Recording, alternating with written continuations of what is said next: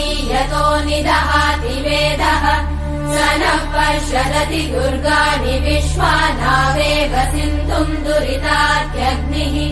तामग्निवर्णाम् तपसा ज्वलन्तीम् भैरोचनीम् कर्मफलेषु जुष्टाम्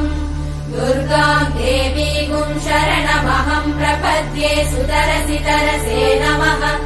अग्ने त्वम् पारयानव्यो अस्मान् स्वस्तिभिरति दुर्गाणि विश्वाः पूष्य पृथ्वी बहुला न उर्वी भवातोकायतनयाय संयोः विश्वानि नो दुर्गः जातवेदः सिन्धुन्न नावादुरिदातिवर्षि अग्ने अत्रिवन्मनसा गृहाणोऽस्माकम् बोध्य